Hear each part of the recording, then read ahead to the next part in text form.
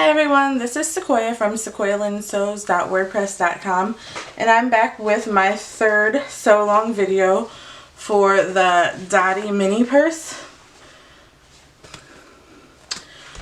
My last video cut off at the very end where I was explaining the importance of back stitching at the top edges of your side panels in the lower corners.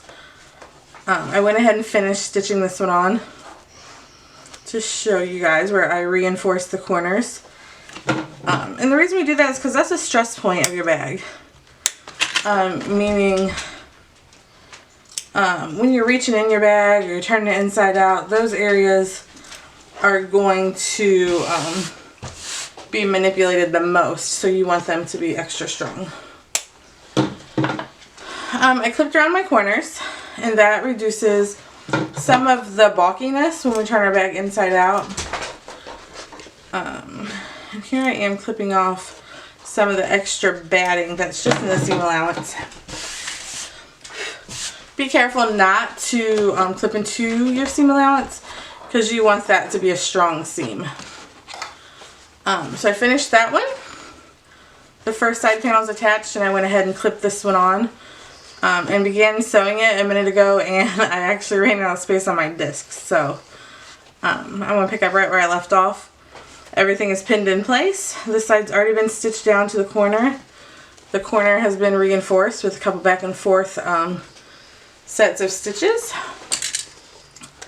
So I'm going to go ahead and remove those pins and continue. And you can see how I just kind of work with the fabric to lay it flat so my stitching will be nice and smooth through those edges. And you want to back stitch a few times. Let me try to get that a little closer for you. Back stitch and then go ahead and move forwards. If your machine has the needle down capabilities, that's really great for stuff like this because you can stitch to where you need to be and then just pivot. Again, I want to just back up a couple stitches just to reinforce that edge. And because these seams are bulky, you might have to help the machine pull it through. I do have an industrial machine, so I usually don't have too much trouble. But I know with the smaller domestics, you may have to work with it a little bit more. You could also use like a walking foot on your machine, and that will absolutely help. Because it has the feed dogs, obviously, that are in your plate at the bottom, and they're also in the bottom of the walking foot to help the fabric along. Alright, that looks nice. So again, I'm just going to trim out a little bit of the bulk, being careful to maintain our seam allowance because we definitely don't want a little hole to pop up or poke through. Again, just take some snips into the seam allowance, not cutting into your stitch lines. You could also use your pinking shears. That would do the same job. And again, this side panel is taller than your actual bag, so if you just line it up, fold it in half, easy peasy, just cut that off. So here's the inside of the outer liner of our bag. I'm going to flip this right sides out and check it out. And sometimes this will happen. That just means there wasn't enough seam allowance. Super easy to fix. Flip your bag back. Yep. And I can totally see where that happened. And that's why you always, always, always want to check all the way around your bag. Even if you think you've done a really nice job. It's super simple to just be off a little bit and mess up your seam allowance and be able to push through. And it's 100% better to find that now than during the next step. So now I went back over that seam. I think it's good now. Everything is in there nice and neat. Oh, here's another one. Same deal. Sometimes when you have like multiple layers and they're overlapping, it's hard to tell if you've missed one. I find a lot of times when I'm sewing like waistbands on a garment, sometimes I'll miss one of the layers, and I mean, it's really easy to get a hole there.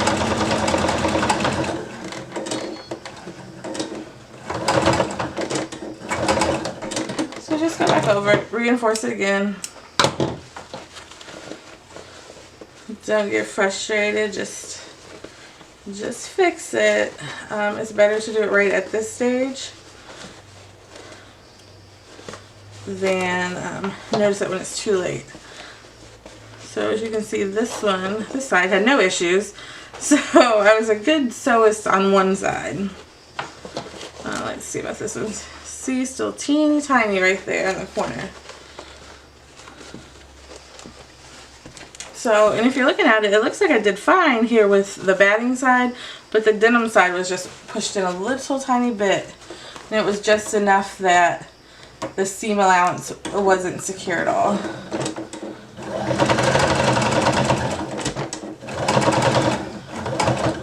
So, and I kind of like when weird things like this happen when I'm showing someone, so you know that these issues really do come up, but they're really easy to fix.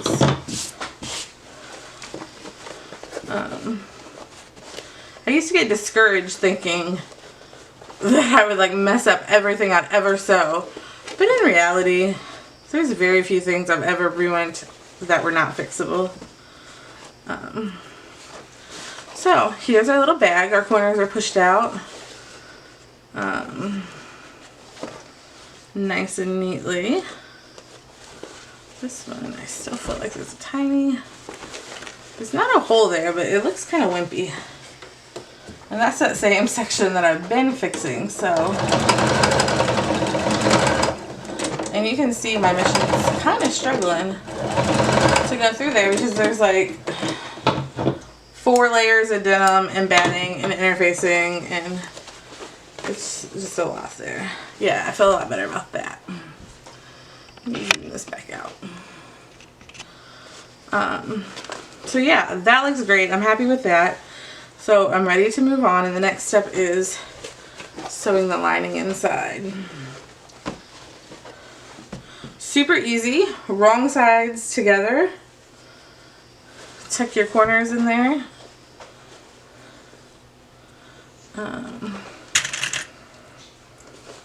Match up your side seams.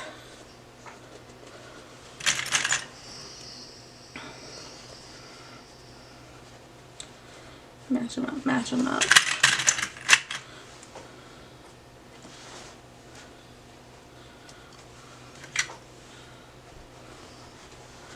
And then I like to open my seam allowances up so they're flat whenever I can, just because it'll help it lay a little bit nicer. Do the same thing over here, just kind of open that up flat. Trim away some extra if need be.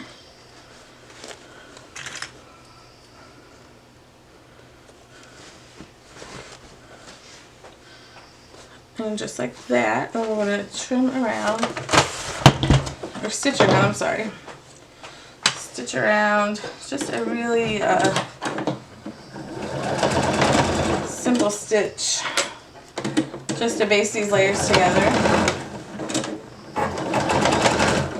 And again, there's a lot of layers there, so you potentially could have to help your machine get through it. So slow. And that'll help. For the sake of time, I'm trying to go kind of fast because I didn't even glance at what time I started. So again, I have 12 minutes from when I started, except I paid no attention to when I started. So, I'm hoping for the best.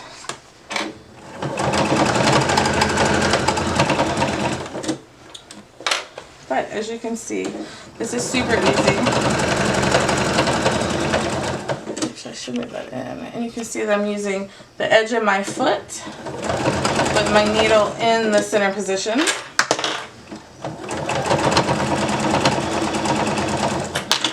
I'm flinging pins everywhere because I'm hurrying so we don't run out of video. I want to show you guys what this looks like. And again, these are just basting stitches. It doesn't have to be perfect. It's all getting covered up. So this is our stopping point right now. My crooked little basting stitch learned. So my outside's finished. My inside is all tucked in there nice and neat. And our next video, we're going to work on installing the zipper placket. So I will see you soon, and we'll get our zippy pouches all finished up. Thanks for watching.